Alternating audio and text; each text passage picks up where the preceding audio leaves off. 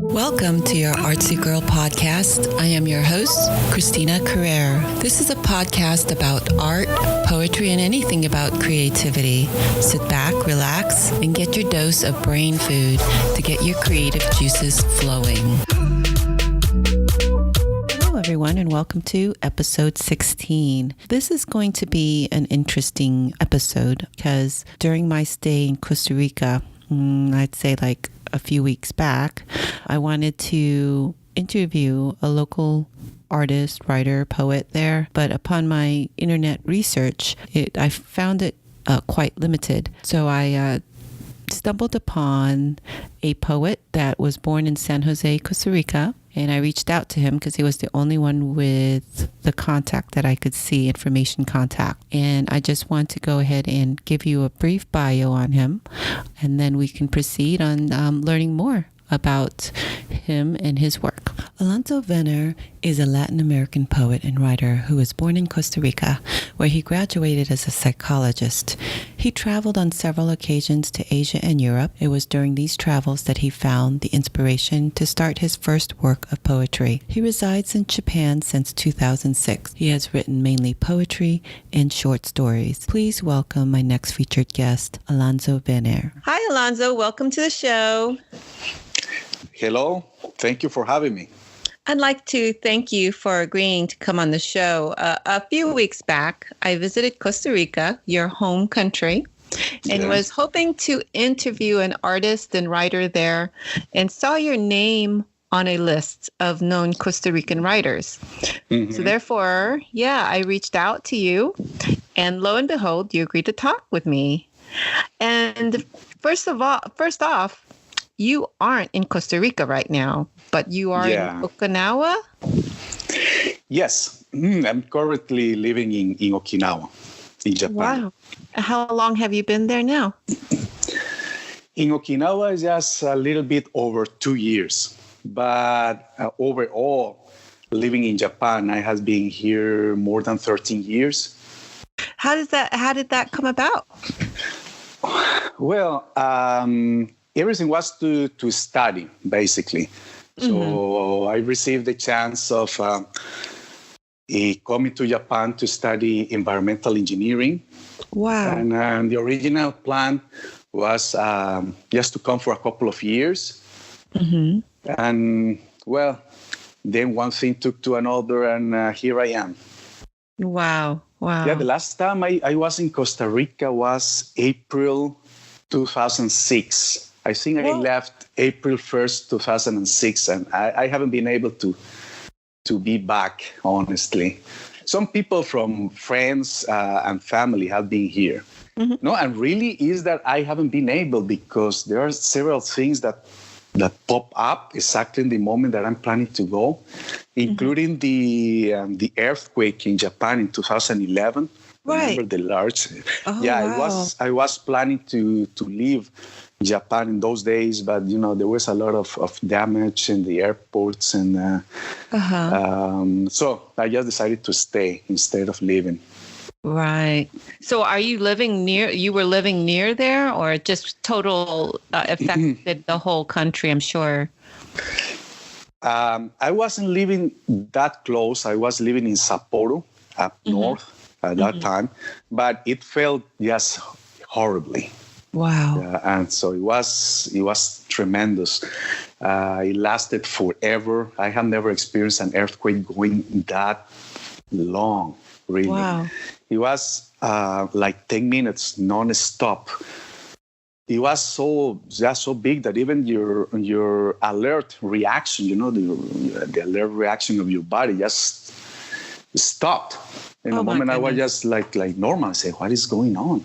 Right. And so I wasn't that close, but wasn't that far either. So I could experience and see several of the damages that happened, that caused. And so I couldn't travel. So, that's the reason. And then, I don't know, I had a kid when I was about to travel to Costa Rica again. So I have to cancel. I have been canceling the plans like 6 times. Well, I have to say, it's beautiful country. Thank you very much.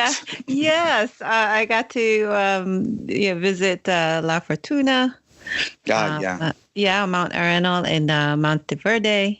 So just basically the mountains, and it was gorgeous. It was gorgeous. I think in La Fortuna is where they filmed the Will Smith movie. Remember when his kid After Earth? Oh, no kidding! That's where it was filmed. Yes, there is a very famous volcano that comes out in that movie. Yes, is that the Arenal volcano? They film it in there. Wow, that's a great tidbit to know. Yeah. Well, I have did some research, and I did stumble onto your website and read some of your work, and I did did research also of the literary tradition of Costa Rica. And so can you elaborate on that for me as far as the history of literary tradition in Costa Rica? Well, honestly speaking, I have to say that I'm a little bit disconnected with that. It's not like I started with a group of people or something like that. I could just say that I just started by myself. And so, yeah, that's something I have to study, honestly. More about that's quite all right, because I was Costa Rica. I was hoping that maybe you had more of an insight, because I did research and there wasn't too many, I have to say. Even I think you were one of the youngest one on the list, actually. Yeah, I guess. And even though I'm not young at all, but... Well, if you had seen the list, I wish I could pull up that website, but they dated way back, just a few of them, and then you were on there, and so I think there was two of them that was still living. That was it. Yeah. No, and the thing is this, to be honest, even though the country is very small. Let me compare with other countries, right? You don't hear a lot of poets doing any activity. So I remember, for example, of course, Jorge de Bravo. I'm going to pronounce it in Spanish, Jorge de Bravo. Yeah. He's considered probably the top poet that we have ever had. Really? And he's incredibly good. But unfortunately, he died in a traffic accident when he was pretty young. Wow. So we still have his works there and everything, but he didn't have the time to start a movement, I would say. And if somebody is listening to this and they realize I'm wrong, then please let us know. But coming from a country that small, you would think that all the poets know themselves or they meet somewhere. I never heard anything about that. Right? Yeah. So I never met anybody that was in writing poetry. So that also makes the style of everybody, I guess, it has to be pretty unique, because you are not influenced by any people of your doing the same. Right. Correct. Correct. And so tell me, how did you discover poetry and decide to write some poetry? I would say that in my case, it was solitude. I would say that inspires me a lot. And I don't want to sound too theatric, but it's probably insatisfaction. Because this is what I believe, honestly. When you write poetry, it's because you are somehow disconnected of the object that you're writing about. Okay. Right? So that's why there are many poets that I have heard saying that they have written poetry for a woman that they saw in a bus one day. Right? They saw one day and they fell in love with this woman, and they wrote a lot of poetry to her. Mm-hmm. But they have never written one verse to the wives.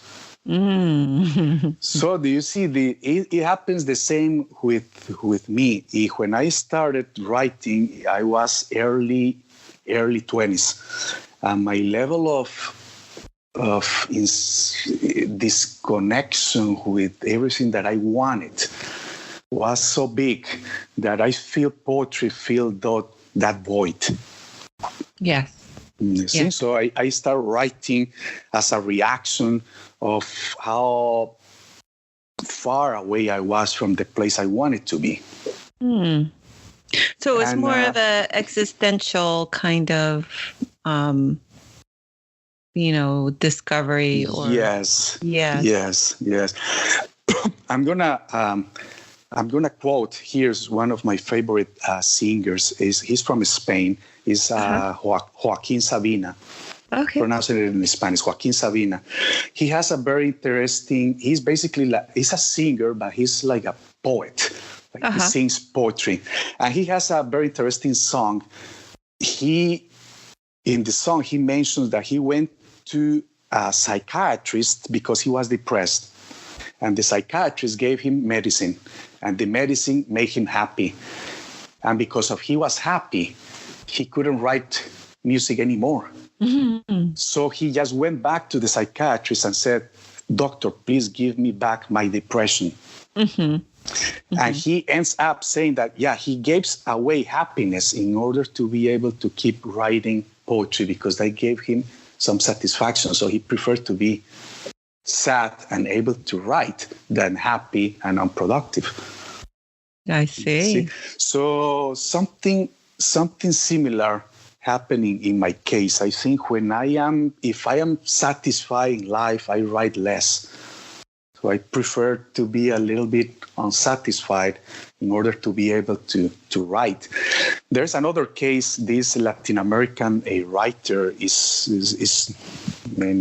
not one of my favorites. One is Paulo Coelho from Brazil. Oh, yes. Uh-huh. Yeah. He quotes. He doesn't quote. He refers the case of a poet from Hungary, I think it was, that he lived front door to the woman he wrote poetry for 30 years. And he never said hello to her. Mm-hmm, never. Mm-hmm. So it was, so he was living in front. I imagine he saw the girl coming out every morning. They dream about her. And he was writing poetry for her every day of his life. And he never said hello. So Coelho is like asking, why he didn't just go and knock the door and talk. And I feel that I can understand why, because he knew that would destroy his muse. Right. It's the muse. The real girl and the girl that he imagined were completely two different people. Mm-hmm. So I'm sure he preferred to keep unsatisfied, not having the object of his desire, but being able to write about it, than having the object of his desire and not being able to write poetry anymore. So in this case, I'm coming back to what I said at the beginning. The poetry is like filling a void. That in my case is created by solitude and like general insatisfaction in life. You remember like Neruda, probably the greatest poet ever, Pablo Neruda from Chile. Yes, he said my favorite. That was a gift from God to us, right? Mm-hmm. And I don't know how to translate it properly because he wrote in Spanish, but it's something like, I get tired of being human.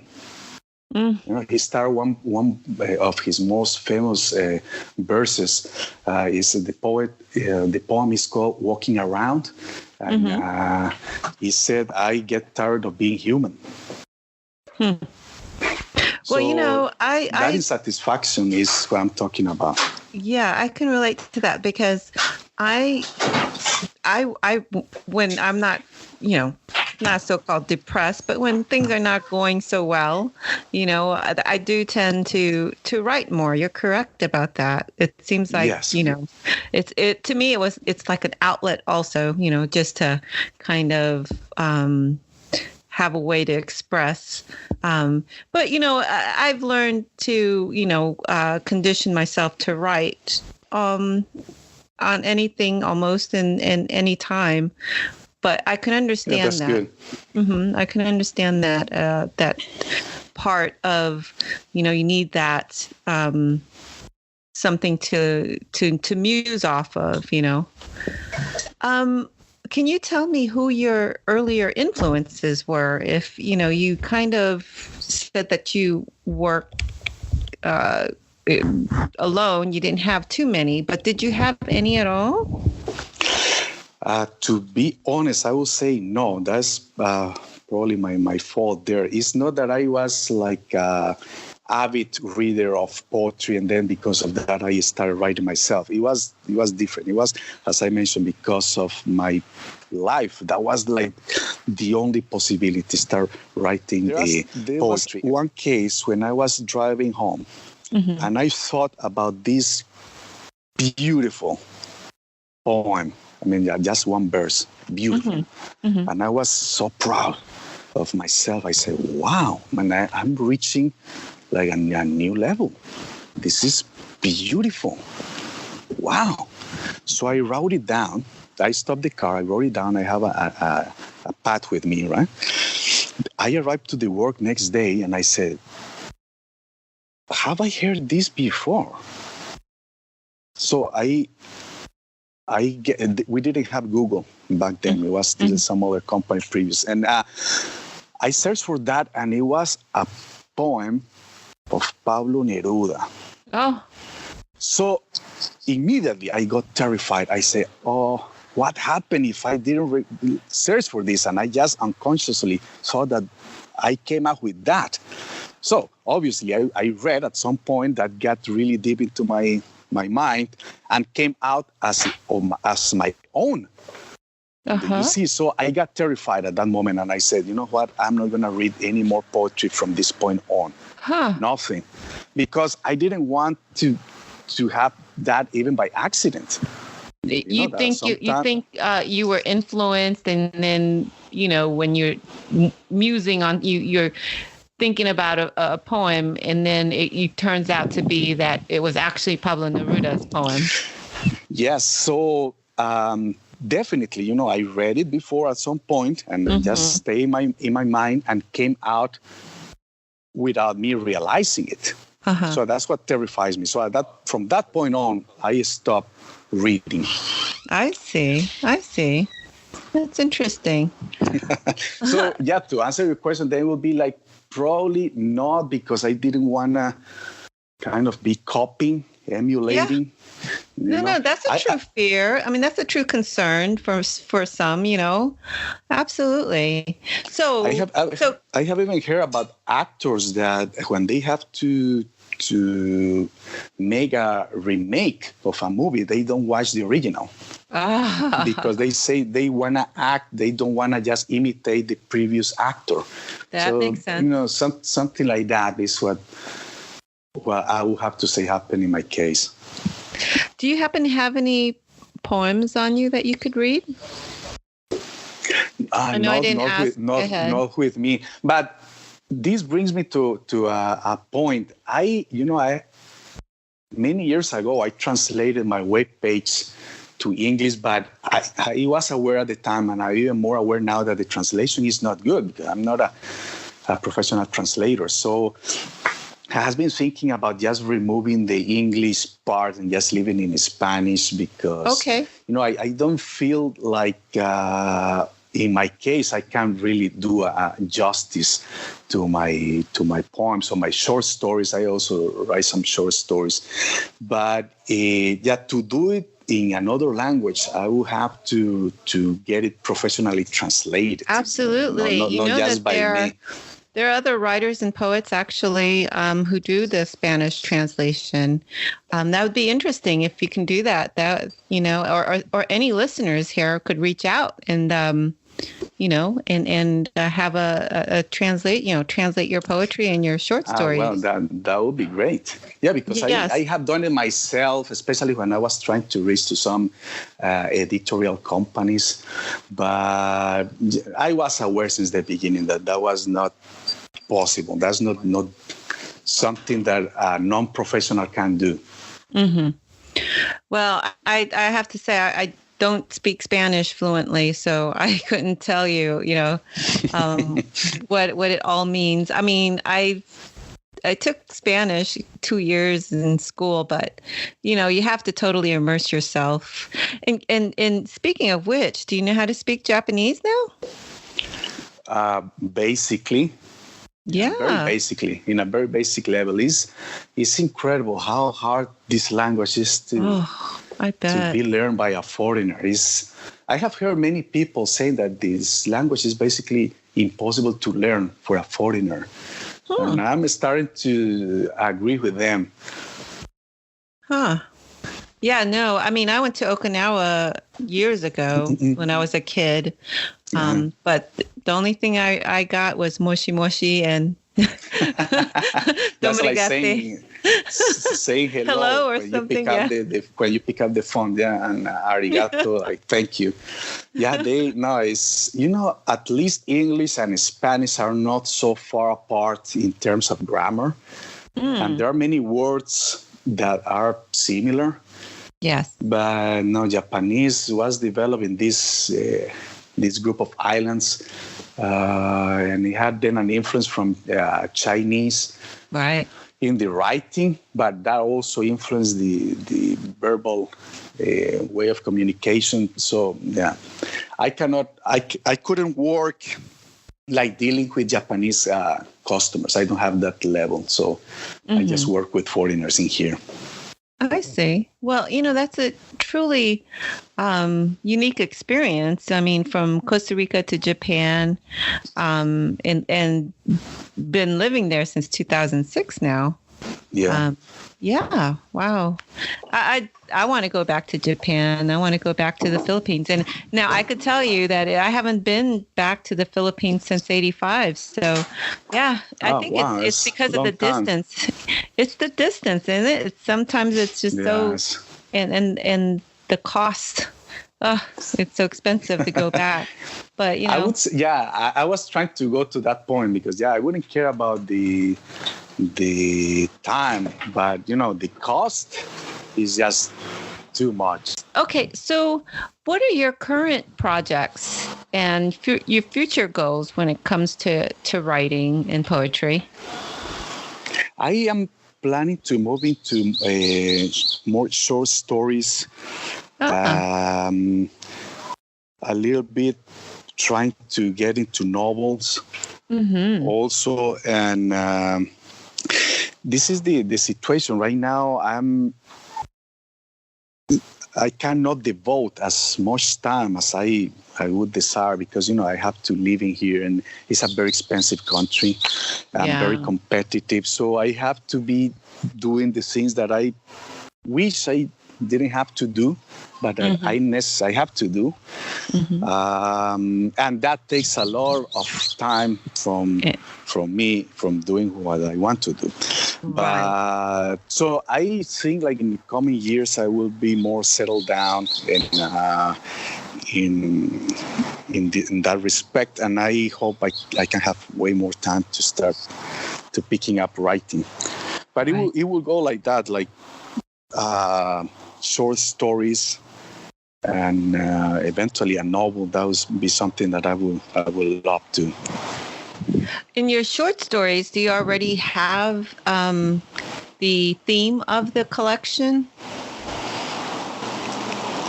Yes, I have. I could send you later after we finish this. I could send you something that I translated to English. So you can get like a sense of what I do. What I'm writing is not what you call magic realism, but it's similar to that. It's people that come across really unusual circumstances, but they don't perceive it as unusual. Wow. Okay. You see, for example, just to give you an example, is one man is sitting next to a river, and a woodpecker comes and starts digging his nest in his head. And that is unusual, to say the least, right? That's impossible. But the man allows the bird to make the nest in his head. So the story deals with the happiness he received about having the bird inside of his head, and now how the chicks were born, and he felt even happier. Wow. And then the sadness that he experienced when the chicks flew away and the woodpecker never came back. He said that the memory of the chicks and how he helped them made him happy. So he's basically happy because of the memory of that, but he gets sad when somebody asks about the reason he has a hole in his head. So you see, every person faces a really unusual circumstances, but they don't perceive it as unusual inside of their little micro universes. That's amazing. Right? That's going to be an amazing collection, I have to say. Yeah, I will send you that later. Well, thank you. Thank you for sharing. Remember that is non-professionally translated, so written originally in Spanish. So I'm sure they sound better, I have to say, in Spanish, less bad in Spanish than in my English, right? But just I translated myself when I was trying to submit those stories to publishing agencies in English. Getting that I would be probably luckier than just in Spanish, but no, it didn't happen. Well, I would say just keep writing in Spanish, because like I said, there are professional translators out there. Thank you very much. Yeah, I will send it in a couple of hours. So you don't happen to have anybody in Costa Rica currently that you reach out to about any talking about anything literary or publishing at all? No, in Costa Rica, no. No, okay. Well, I know that there are Japanese writers there as well, of course, in Japan. Yes. But you're writing in Spanish while you're in Japan. But I have to say that there is international publishers, and I want to think. There's something you may want to look at publishing houses in Hong Kong. Okay. There's the name escapes me, but I remember a conference I went to, and they publish international writers from different kind of languages, and they translate it also. So yes, there's avenues to get your work published. And probably I have to do more diligence regarding that, because as I said, especially from 2011, I am not longer studying in Japan as I was. I has been working, and so that from 2011 to now, I'm basically focusing on my other career, not writing, and that's taking a lot of time. So I haven't been able to really reach out to anybody. What I'm doing right now, what I did is, that Amazon allows you to publish by yourself. So a couple of books, I have it, and I can send you the link later on Amazon. So you can buy it on Amazon, the electronic version and the paperback. Okay. But it's self-published. They have self-publishing services. Yes. So that was kind of enough for me at the moment. I said, okay, I will just leave it here. If somebody knows and wants to read them, they can buy them, but they are not, when you are published by a real publishing company, they invest a lot of money in publicity and promoting your book, activities and everything. And you don't have that if you publish yourself. So, but at least I was kind of satisfied when I saw that they are available online. Yes. And, I will send you some information.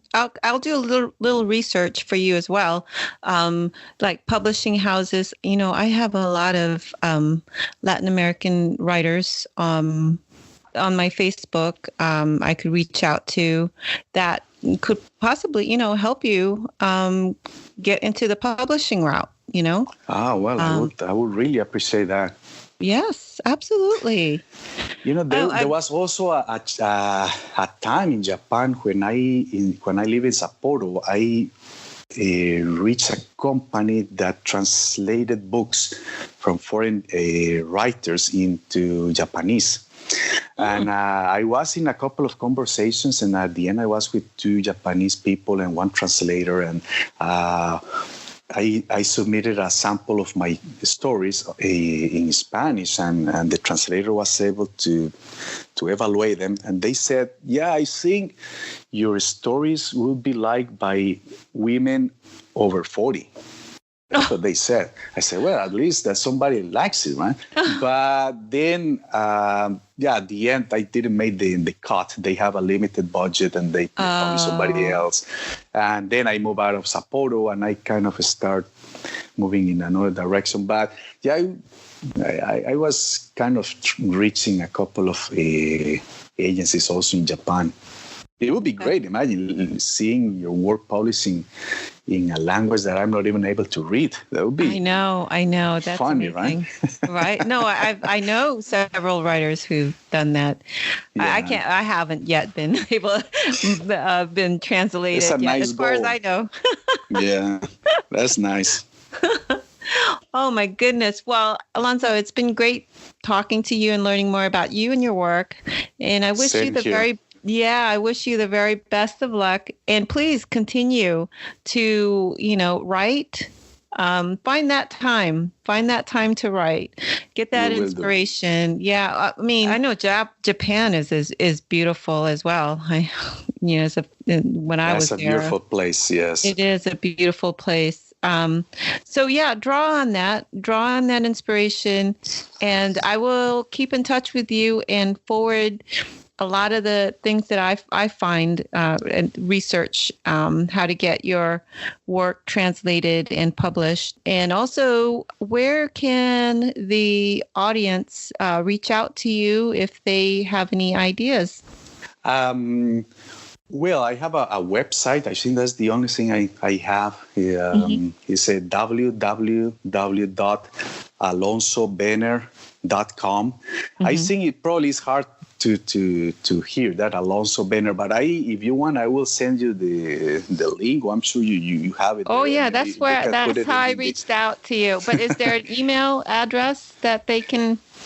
Yes, it would be basically info@alonsovéner.com. Yep, and that's spelled V as in Victor, E-N-E-R, Véner. Okay. Exactly, Véner. Right. In my case, it's with an accent in the first E, right? So how do you pronounce that correctly? Alonso Véner. Véner. Okay. Very good. Well, everyone, that is it for now. Please tune in next week for my next featured guest. In the meantime, have a productive and creative week. Bye, Alonso. Bye. Thank you. Thank you.